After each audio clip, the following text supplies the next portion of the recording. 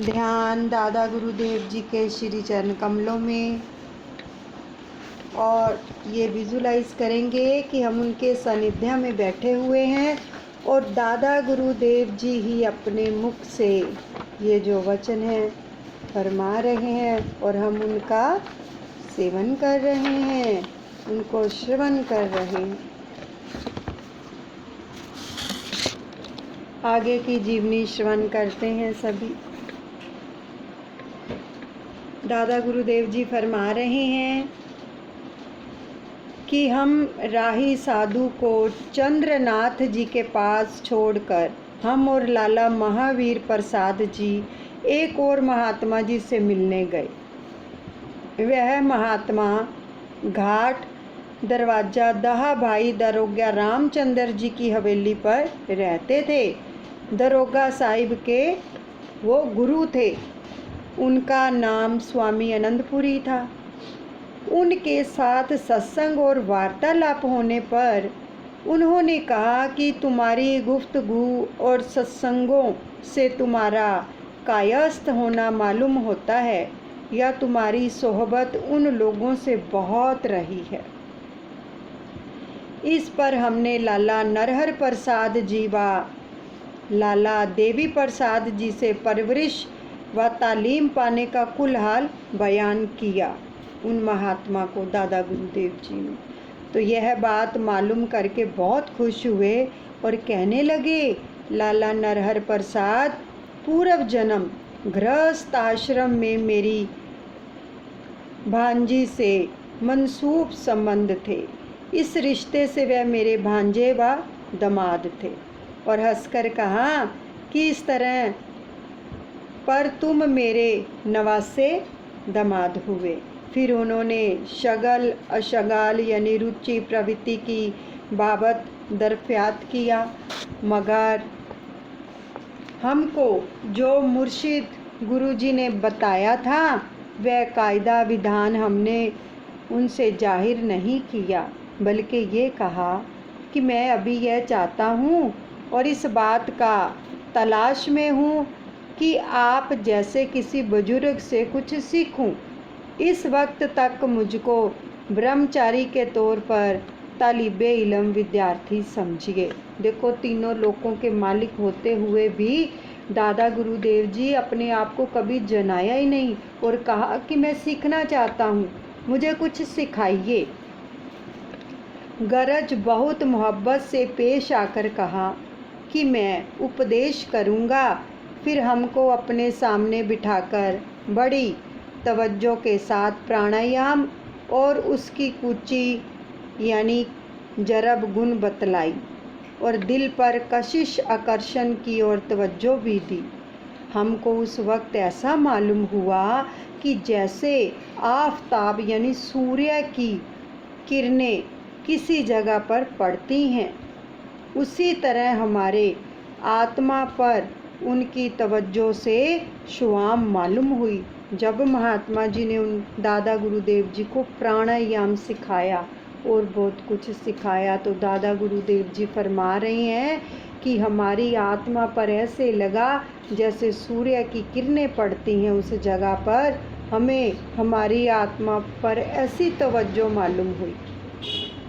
लेकिन यह क्रिया कोई जदीद अमर नई घटना नहीं थी, बल्कि इसका उपदेश हम पहले अपने गुरु से पा चुके थे, पहले से ही पा चुके थे और अन्य और महात्माओं से भी सत्संग प्राप्त हो चुका था। यानी कि देखो, सत्संग के अंदर जो कुछ भी मिलता है उसको ग्रहण करते जाओ जहाँ से भी मिलता है। लेकिन चूँकि मुर्शद यानी गुरु का हुक्म प्रकट करने का ना था, इसलिए हमने इस बात को उनसे गुप्त रखा। जब वह कार्रवाई हो चुकी तो लाला महावीर प्रसाद ने कहा कि जो लोग मौजूद हैं उनको कुछ प्रसाद मिलना चाहिए।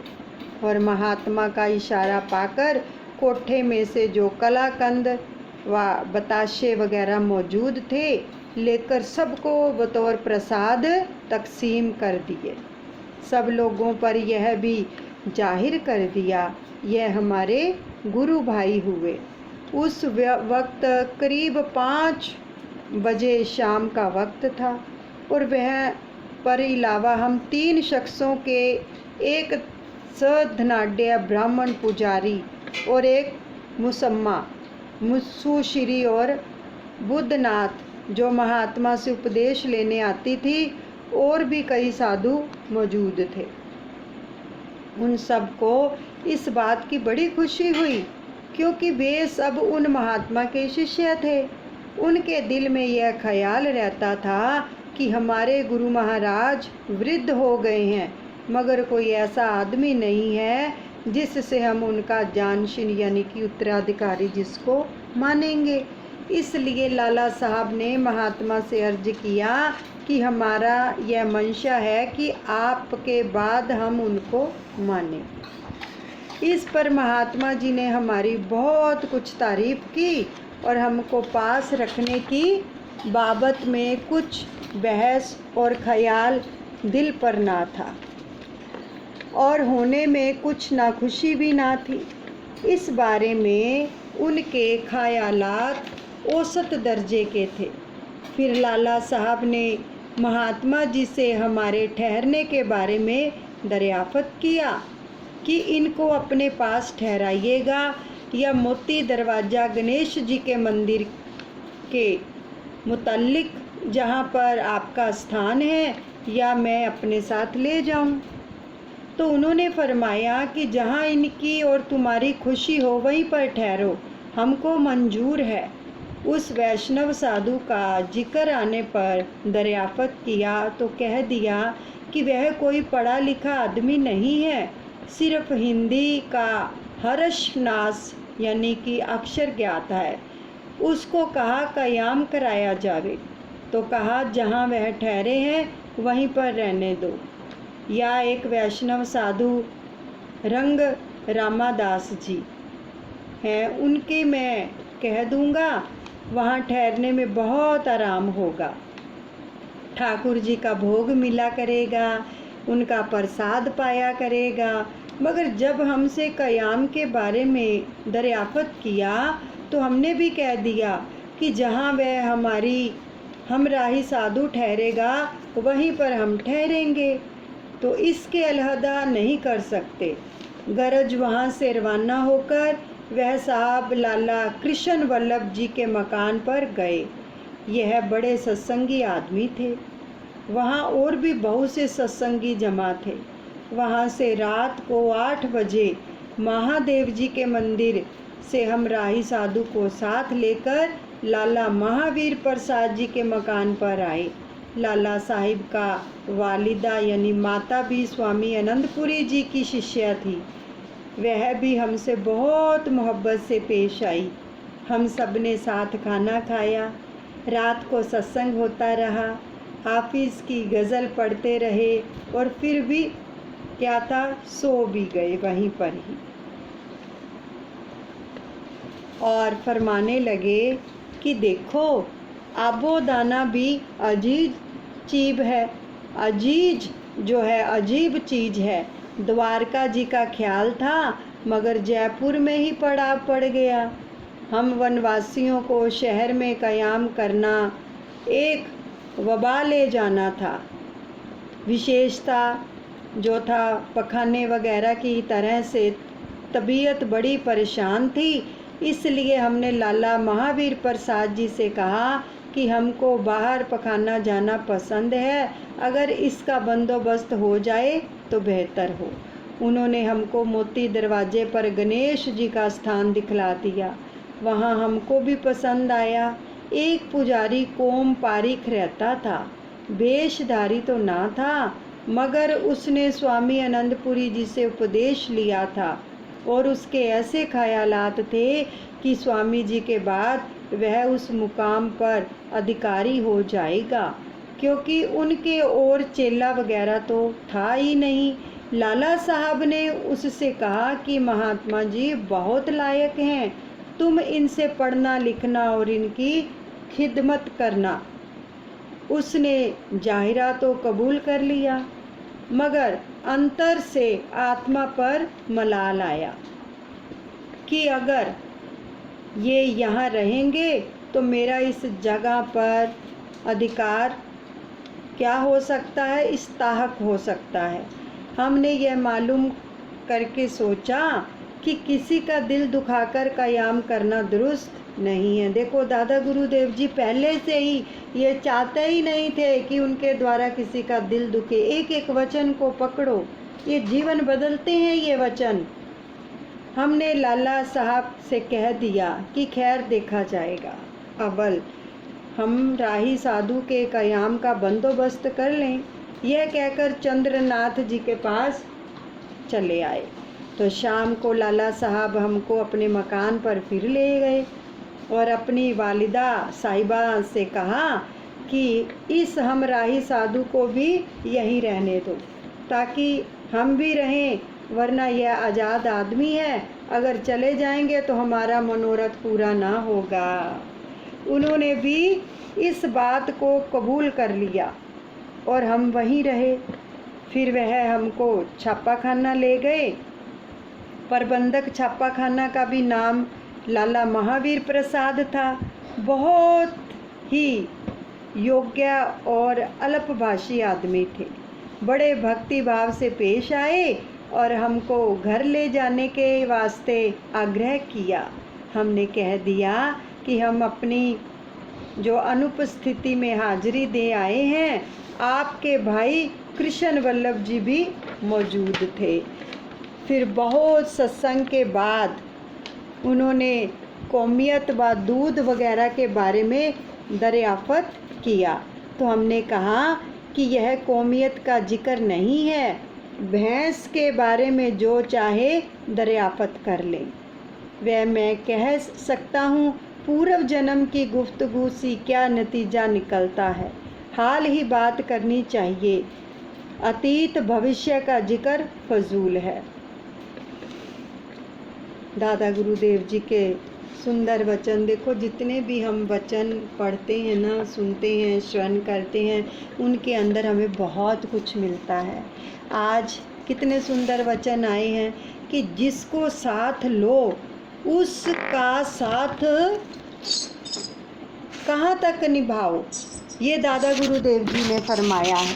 कहाँ तक निभाओ, उस साधु को छोड़ा नहीं, जहाँ जहाँ गए हैं उनको साथ रखा है। हमें कितनी शिक्षा मिलती है कि कोई हम किसी का साथ पाते हैं, जो कोई हमारे साथ रहता है। अपना वीडियो बंद करो भाई।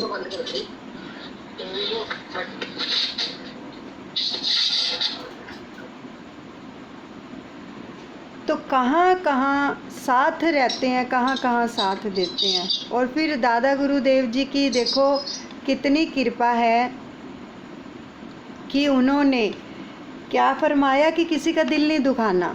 हम चाहते ही नहीं किसी का दिल दुखाएं। तो आप खुद सोचो, हम दिन भर में अपने घर के अंदर अपने सदस्यों के साथ रहते हैं, क्या कभी सोचा कि हमारे द्वारा किसी का दिल तो नहीं दुखता है। हम बाहर भी जाते हैं, हर एक से डीलिंग करते हैं, जो लोग भी हैं, तो हमारे द्वारा किसी का दिल तो नहीं दुखता। ये चीज़ें हमें दादा गुरुदेव जी की जीवनी से मिलती हैं। अगर हम मनन करेंगे, उनके वचनों पर चलेंगे तो जीवन खुशहाल होगा। अगर नहीं करेंगे तो फिर ये वचन सुनने का हमें कोई लाभ प्राप्त नहीं होगा। प्रेमियों, फिर तो सुना और वहीं पे छोड़ दिया।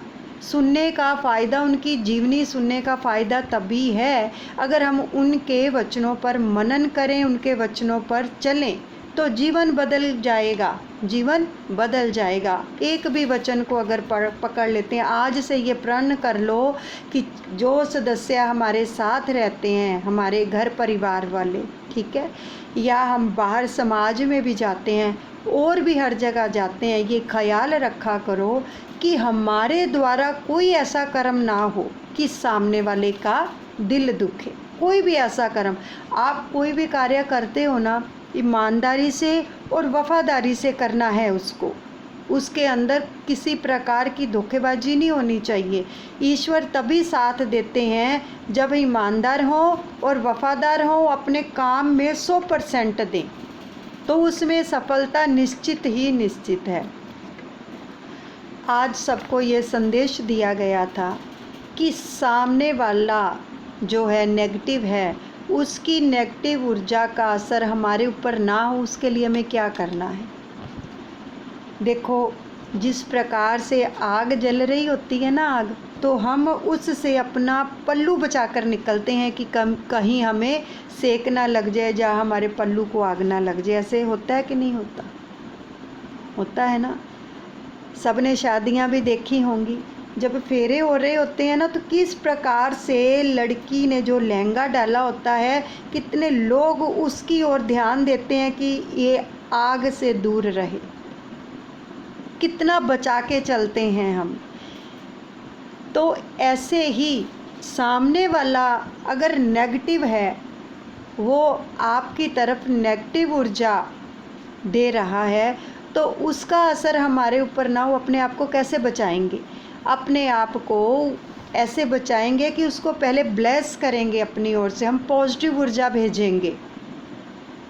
Love you, like you, respect you, दादा गुरुदेव जी ब्लेस, उसको ब्लेस करते जाओ और लव यू बोलते जाओ, ठीक है। और नाम की ऊर्जा देते जाओ, 21 बार नाम की ऊर्जा दो।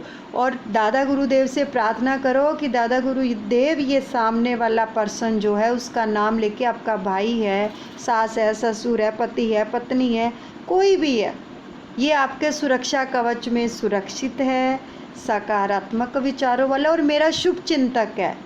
मैं इसका शुभ चिंतक हूँ और ये मेरा शुभ चिंतक है। जब हम ऐसी वाइब्रेशन भेजेंगे, सवाल ही नहीं पैदा होता कि वो उसकी नेगेटिव ऊर्जा आप पर असर करे, वो उसकी नेगेटिव ऊर्जा पॉजिटिव ऊर्जा में बदल जाएगी। ऐसे नाम के अंदर इतनी पावर है, दुआ के अंदर इतनी शक्ति है, अरदास के अंदर इतनी शक्ति है। जब हम पॉजिटिव होकर उस परम पिता परमात्मा से किसी के लिए भी दुआ करते हैं, तो क्या होता है? असर ज़रूर होता है, क्योंकि हमारे अंदर से वाइब्रेशन निकलती हैं। और हम कैसी वाइब्रेशन छोड़ते हैं, ये आप खुद सोच लो। बच्चे भी आपको तंग करते हैं, तो हमारी वाइब्रेशन उनकी ओर कैसी जाती हैं। अगर प्रेम से उनको बोलोगे तो वैसी वाइब्रेशन जाएंगी, अगर अपशब्द बोलोगे तो और भी ज़्यादा वो चीज़ें हावी हो जाएंगी, यानी नेगेटिव ऊर्जा और ज़्यादा फैल जाएगी। इसलिए ये नेगेटिव ऊर्जा ना फैले, उसके लिए हमें पॉजिटिव ऊर्जा फैलानी है, पॉजिटिव सोचना है, पॉजिटिव शब्दों का इस्तेमाल करना है और पॉजिटिव ऊर्जा ही सामने वाले को देनी है।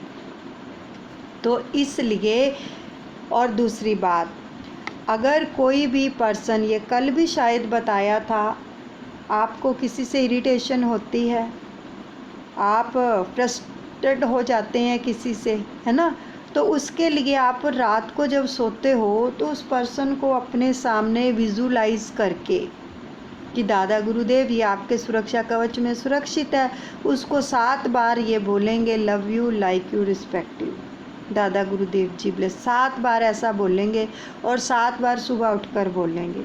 लेकिन ये साधना करने के बाद आप अपने मन में उसी के लिए कोई नेगेटिव शब्दों का इस्तेमाल नहीं करेंगे, या आपके पास कोई फ़ोन आता है तो उसके चर्चा नहीं करेंगे आप।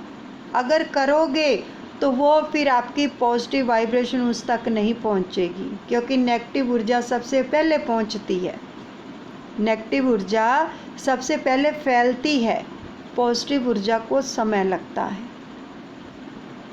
ठीक है।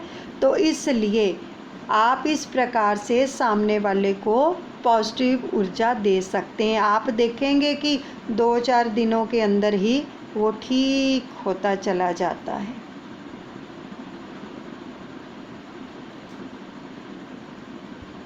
तो इस प्रकार से आप हर एक को पॉजिटिव ऊर्जा दे सकते हैं। और दूसरा, आप अपनी दुकान पर जाते हो कामकाज के लिए, जो भी आपकी दुकान पर आता है, कोई भी ग्राहक आता है, उसको आप क्या बोलोगे? अपने मन के अंदर ये बोलना है कि ये नारायण रूप है, ये नारायण रूप है और मैंने इसको अच्छे से अच्छी चीज़ देनी है, उसको ब्लेस करना है। अब आपको बताते हैं कि जब हम किसी को ब्लेस करते हैं ना, तो हमारे ऊपर कितनी सारी जो परेशानियां होती कैसे टलती हैं। एक बैंक था, उसके अंदर बहुत बड़ा बैंक था, तो उसके अंदर काफ़ी जो थे अकाउंट थे जिस पे हम जाके अपने पैसे लेते हैं। तो वहाँ पे भीड़ लगी रहती थी, सिर्फ एक आदमी के पास लंबी लाइन लगी रहती थी उस काउंटर पे। बहुत सारे काउंटर होते हैं ना, तो वो बड़ा बैंक था इसलिए उसमें बहुत सारे काउंटर थे जहाँ पर कैश हम ले सकते हैं। ठीक है, तो क्या हुआ, बहुत लंबी लाइन लगी हुई थी उस आदमी के पास। सामने मैनेजर अपने रूम में बैठा था कैबिन में, तो वो देख रहा था कि एक ही बंदे के पास इतनी लंबी लाइन लगी हुई है, बाकी सारे काउंटर खाली क्यों हैं। तो वो बाहर आया, उसने लोगों से कहा कि ये सब काउंटर खाली हैं, आप यहाँ पर जाकर पैसे क्यों नहीं विड्रॉल करवाते हो। तो लोगों ने कहा कि नहीं, हम यहीं से ही पैसे लेंगे, यहीं से ही विड्रॉल करवाएंगे। क्यों? क्योंकि अगर हम ये जो सर बैठे हैं इनसे विड्रॉल यानी कि पैसे लेकर जाते हैं, हमारे सारे काम बन जाते हैं। अब वो हैरान हो गया, वो अंदर चला गया और जब वो लाइन ख़त्म हो गई तो उसने उसको बुलाया, उस कैशियर को बुलाया। तो उसने कहा भी भाई, तुम ये क्या, आपके पास क्या ऐसी चीज़ है जो सभी लोग आपसे ही जो है पैसे लेना पसंद करते हैं, आपसे ही विड्रॉल करवाना पसंद करते हैं। आप क्या करते हो ऐसा? बाकी सारे काउंटर खाली पड़े होते हैं, ये लोग आपके काउंटर पर ही लाइन इतनी भीड़ लगी होती है और दूसरी जगह पर जाते नहीं हैं। तो उसने कहा मैं कुछ नहीं करता साहब, मैं तो सिर्फ जो कोई भी मुझे अपना विड्रॉल करवाने के लिए वो टोकन देते हैं ना, तो मैं बस इतना ज़रूर उस परमात्मा से दुआ करता हूँ कि ये जिस काज के लिए भी मेरे पास पैसे लेने के लिए आए हैं, आप इनको सफलता देना, इनका काम पूरा कर देना प्रभु। इनके लिए दुआ करता हूँ अपने मालिक से, हर एक के लिए जो भी लेके आता है उसी के लिए दुआ करता हूँ, उसी के लिए, तो उनके काम हो जाते हैं जल्दी। तो आप खुद सोचो। और फिर उसने, जो मैनेजर था, उसने सोचा, इसीलिए तो बैंक में जितने भी एम्प्लॉयज़ थे ना, सब ने कर्जा ले रखा था बैंक से, सबके ऊपर लोन था। एक यही शख्स था जिसके ऊपर लोन नहीं था। देखो, अगर हम दूसरों का भला मांगते हैं तो वो परम पिता परमात्मा हमें किस तरह से महफूज रखते हैं, और उसको किसी चीज़ की कमी नहीं थी। इसलिए आपको कहा जाता है कि ये जो सत्संग है इससे जुड़ो। संपूर्ण विश्व के लिए दुआएं करवा रहे हैं दादा गुरुदेव। देखो, किसी को दुआ देने में कोई पैसे नहीं लगते हैं। जब हम एकत्रित होकर सामूहिक तौर पर संपूर्ण विश्व के लिए, बच्चों के लिए, स्वास्थ्य के लिए प्रार्थनाएं दुआएं करते हैं उस परमपिता परमात्मा से, तो क्या वो आपको रहने देगा? आपका कोई कार्य रहने देगा? ये बताओ। कोई कार्य नहीं रहने देगा। सारे कार्य घर बैठे ही कर देगा वो। लेकिन बशर्त क्या है, हम जुड़ते नहीं हैं।